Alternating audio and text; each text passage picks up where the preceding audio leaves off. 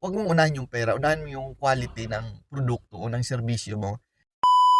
Isa sa mga dapat mong iwasan kung ikaw ay may negosyo or ikaw ay ang hanapbuhay mo ay services o ikaw ba ay nag-aayos, gumagawa, nagtatrabaho, ikaw ba ay basta lahat ng mga services na gawain. Noong mga last 3 months kasi ay hindi, mga matagal na pala, last 2 years ago, dito nagpagawa ako ng bahay. So kailangan ko ng taga-drill ng poso, 'no, kasi wala kaming tubig dito na magagamit pang-hugas, pangligo. So nagpa-drill ako noong mga 2 years ago na. So, maayos naman, gumana siya, pero hindi siya eksakto do'n sa napag-usapan namin. Okay, may tubig pero, hindi siya naikabit lahat ng mga kailangang ikabit. So, mula noon ay hindi na kami bumalik doon sa nagpapaano na yon, nag-drill ng poso na yun. Noong mga last year din, nasira yung poso namin. I mean yung electric pump namin kasi pinalitan ko ng electric yun, eh. So, naghanap ako sa internet ng gumagawa rin na nagdi-drill o nag-aayos ng tangke, anong tawag diyan sa kanila? Parang tubero pero hindi rin tubero, plumber siya na gumagawa ng drilling. So, pinayos ko yung ano namin, yung deep well namin. Ayun, nag-usap kami, nag-offer din siya sa akin na ayusin yung tangke kasi dati, yun yung problema kasi yung usapan namin dati, noon sa una kong pinagawaan, kasama yung tangke, kasama lahat. Pero nung nabili ko yung tangke, hindi na gumana at iniwan kami bigla. Yung pangalawa ko namang kinuha, yung usapan namin, paganahin naman yung tangke tapos ang, iba pa is dapat napakaganda. Alam mo naman yung mga usapan na, "Dapat ganito boss, dapat ganito yung gawin natin boss. Iba yung gagawa ng ganyan, hindi kami ganyan boss."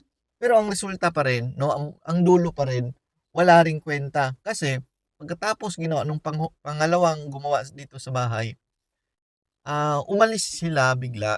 Ay umalis na sila 'di ba, gumana na.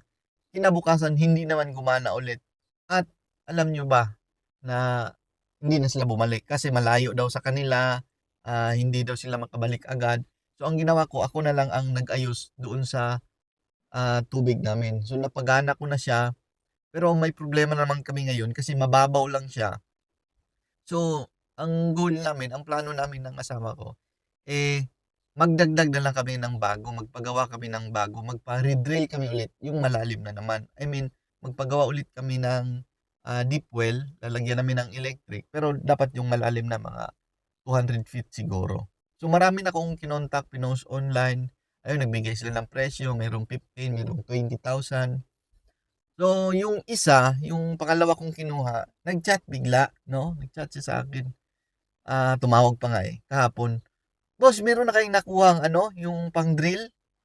Ito naman yung pangalawa na back job, 'di ba? Ito yung pangalawang tao na kinuha ko na back job ulit. Sabi ko, "Ay, oh, wala pa." Sabi niya, "Ay, kami na lang mag-aayos niyan boss kasi iba yan sa lugar niyo.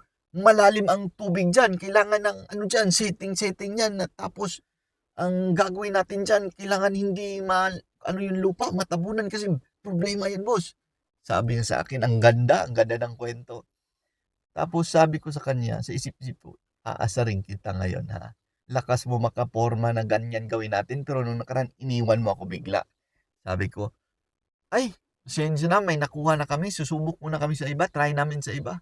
Sabi niya sa akin, "Ganun ba boss? Magkano bang bayaran sa kanya?" Eh, ang totoo wala pa naman kaming nakuha, eh. Gusto ko lang asarin kasi bad trip ako, eh. Ang ganda na naman niyang paliwanag niya, eh, pero yun yung ginamit niya dati. Pero yan sumablay, 'di ba? Tas sabi ko sa kanya, "Ano, meron na kaming nakuha." Sabi niya, "Magkano ba boss?" Sabi ko, 20,000 yung ano niya. Sabi niya, "Labor and ano na ba yan boss, materyales?" Sabi ko, "Hindi, labor lang lahat." Sabi niya, "Ganun ba? Sayang, sayang." Taga saan yung nakuha mong boss?" Hindi ko na siya ni-replyan. So, ang nasa utak niya nun, sayang yung pera, sayang 'to, sayang 'to. Kasi inuna niya kasi yung kumita, inuna niya yung, magkapera. Hindi niya iniisip yung serbisyo, hindi niya iniisip yung quality ng gawin niya, ng trabaho niya. Kasi, kung maganda yung gawa mo, maganda yung serbisyo mo, i-refer ka sa iba, eh. Sasabihin sa iba, ipagkakalat ka, eh, na, "Uy, si ano maganda. Uy, si ano, do'n ka magpagawa." 'Di ba? Pero 'yun, anong gagawin ko sa kanya, babalik ulit ako sa kanya, eh, wala namang nangyari, 'di ba? So, inasar ko lang siya at naghahanap pa rin kami ng ano ngayon, ng gagawa ng ano, puso namin. I mean electric.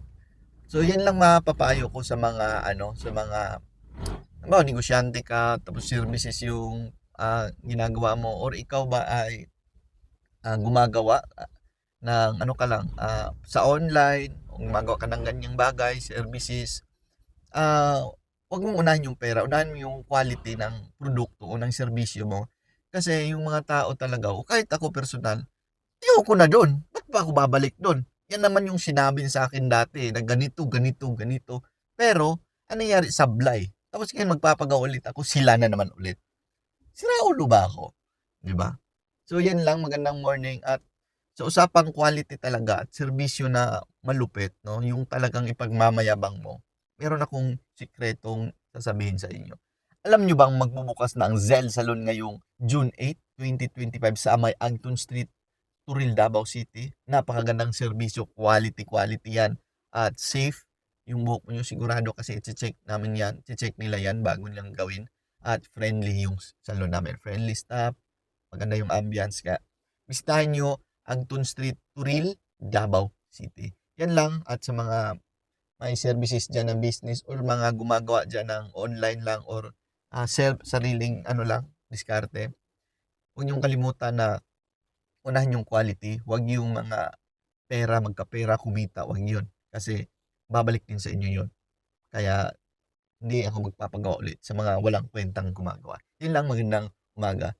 Isa sa pininiwalaan ko na ang pagnenegosyo, ang buhay natin, eh, kailangan mong matuto araw-araw, matutunan mo yung mga bagay, mga pagkakamali mo, aminin mo at sana hindi na yun maulit-muli. Dahil isang beses na pagkakamali, maaring disgrasya yan or pagkakamali, sablay talaga. Pero pag inulit mo pa ng 5 beses, 10 beses, katangahan na yan. Bye-bye.